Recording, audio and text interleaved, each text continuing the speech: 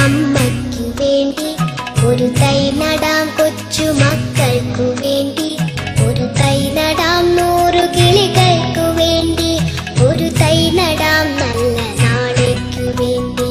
ഒരു തൈ നടാം നമുക്കമ്മയ്ക്കു വേണ്ടി